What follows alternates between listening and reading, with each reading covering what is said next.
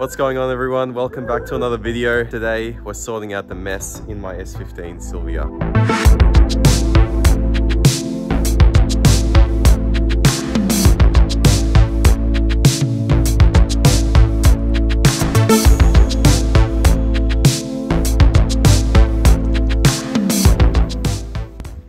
So if you guys are new to the channel, this is my S15 200SX. And I've been having eternal issues with this car in terms of wiring. Passenger door has never ever worked in this car, in the sense that when you press the lock unlock button, it won't unlock and it won't lock. So you have to do it manually, like an old-fashioned car, which is really confusing because these cars came out with factory central locking. So today we're going to be sorting out the absolute mess that's in the interior of this car. Check this out. What do you think, Rex? It's a write-off.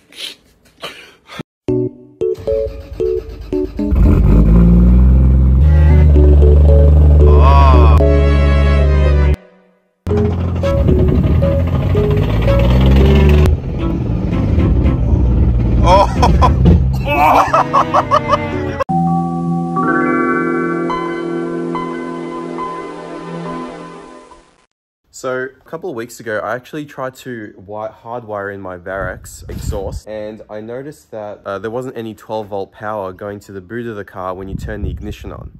So what I tried to do was go to the front of the car, and I was presented with that absolute mess of a wiring harness. Now we're going to be installing a Viper alarm with remote start and fixing all of the wiring that's absolutely jank in this car.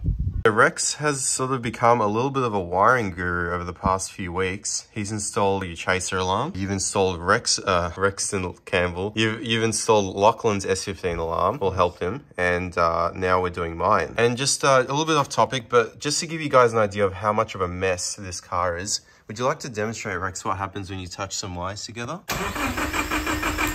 That is honestly unbelievable. The previous owners of this car have actually just ruined it. They've just straight up ruined this car. And luckily it's in my hands now, so we can sort this shit out, because that honestly makes me upset.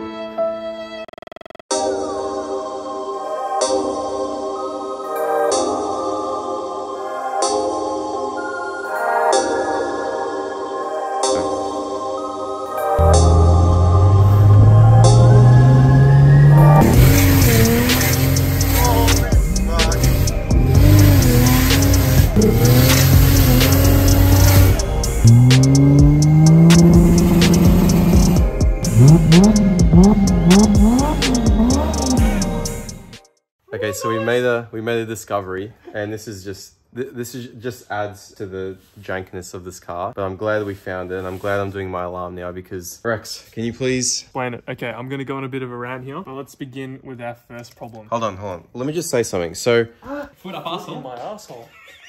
The last 2 years I've owned this car, the left-hand door has never locked or unlocked with the key fob, and we've just discovered why.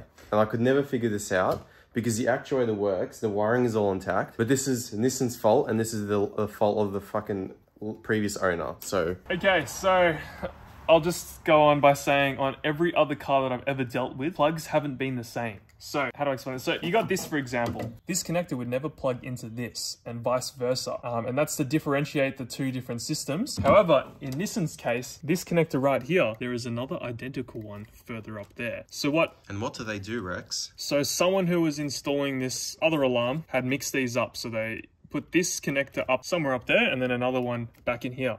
And for the past like 3 or 4 hours, we were trying to figure out what exactly each wires were, but we were just looking at the wrong plug. So there's one plug, get this right, Nissan have put the same plug for the tail lights as the plug for the relay for the passenger door. What sense does that make? And this, you know, I can't really blame the previous owners for this, but I sort of can, because you can be a bit more attentive to things. So what they've done is they plugged in the connector for the brake lights into the passenger door relay. So they're like, what the fuck? The brake lights don't work anymore. So what they've done is they've ran this black wire here from the front, from the brake pedal to the taillights. They couldn't figure it out. And then we were like, what is this brake wire doing here? And that's what it is. So we're making good progress. I'm very happy that the passenger door works. I hope Rex and Lachlan appreciate my efforts. They've been working really hard to finish my car, and I really appreciate their efforts. Do you want your food or not? You're not getting your food until you're not getting your food until I finish this. See, I'm trying to be nice to them and they're being ungrateful. They're hungry. I better give them their food.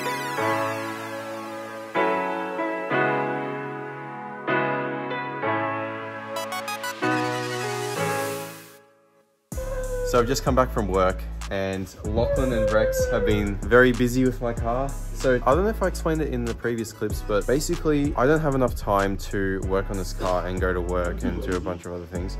And I'm too lazy. And also, Rex and Lachlan have become wiring gurus, specifically alarm gurus. They've done an alarm on Lachlan's S15. They've done an alarm on Rex's Chaser. And now they've beautifully polished off mine. We're just sort of walking around the car, seeing what we can fix up. I have a catch can that sits here. It's disappeared. So,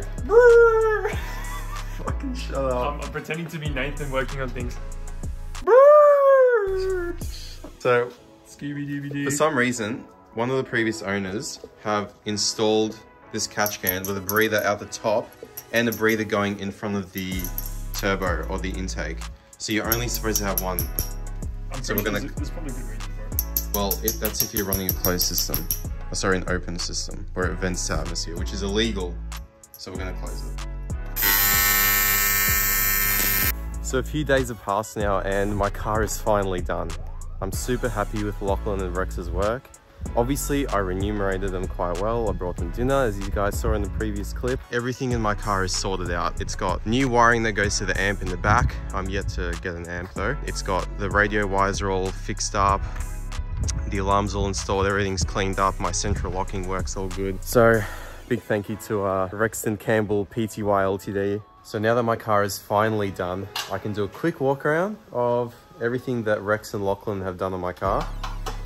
So starting with the key. So I've installed, well, I've had Lachlan and Rex install if you can focus, a Viper alarm system on my car. So it comes with two remotes. It comes with this one, which has a screen, which is the primary one that you should use. And it has this spare one, which is very basic. It basically just has unlock, lock, and then your auxiliary, which you can program to open windows and like just do whatever, maybe like turn your aircon on if you have that feature in your car. For mine, it's not hooked up because I don't really know what to hook it up to. Maybe down the line we'll figure out something. But a notorious problem that I had with my car was my car never locked the passenger door. So now my car not only unlocks, but it also locks, and I've never ever had central locking on the passenger side. So let's unlock it, and look at that. It's the small things that count. Moving on to the interior. So this car, being a cheap car, you know, sort of 3-4 years ago, people didn't really take care of them that well, and all the wiring in my car was just absolutely just jank. So we'll unlock it, go inside.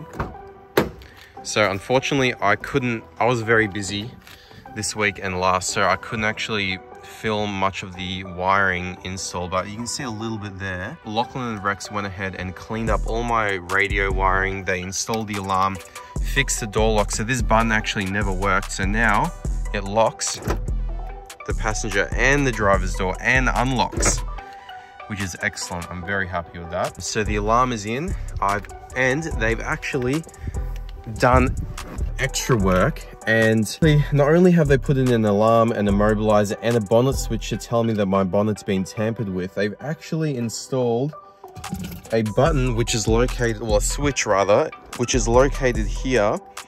And you might be wondering, like, what's it for? Like, what could it possibly do? And it's actually for the remote start. So a quick rundown is it works off the handbrake signal. So if your handbrake is not up, the car will not start. So I figured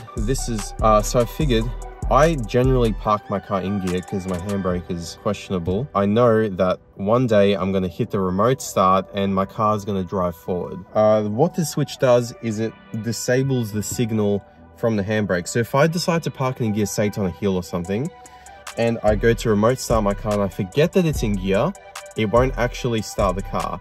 And I'll insert a clip of me failing to do so and actually driving forward, almost hitting Lachlan's car. Dude, they want to see the remote start. Come on, All they want right, to see it. all They want right. to see it. Okay, so here's the alarm. You get two alarms. Sorry, two remotes. You got the one at the screen here. So all you do is you press this middle button, press it once.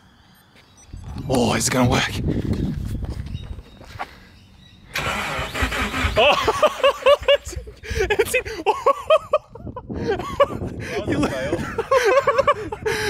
You started really forward. Bro, you cooked it. Oh. So that was a bit of a clown move by me. So since my car has been at the Rex H shop for the past, I don't know, 2 weeks, a week of it was sitting outside, and the other week it was sitting in Rex's garage collecting dust.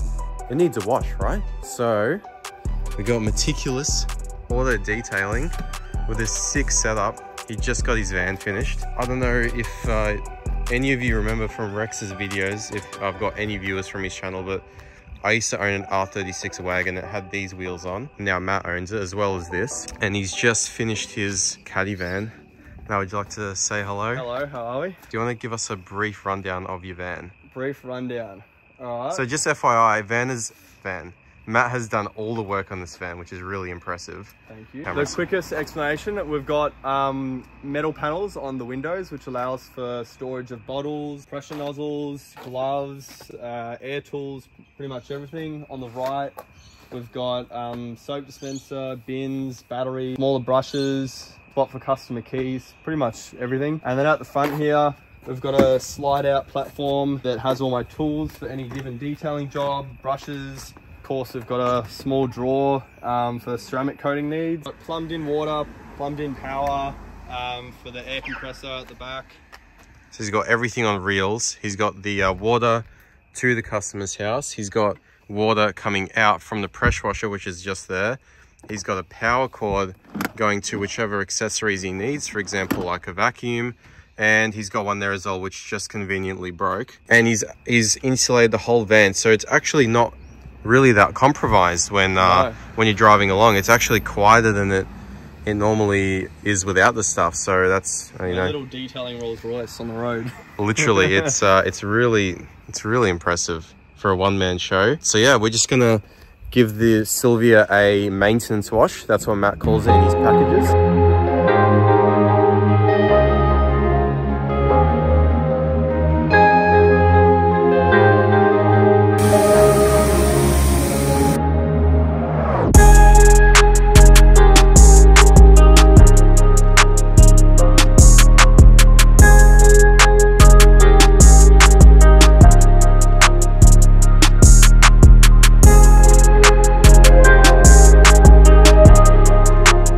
Thank you so much for watching, guys. There's a video released every week, so stay tuned. I'll see you in the next one.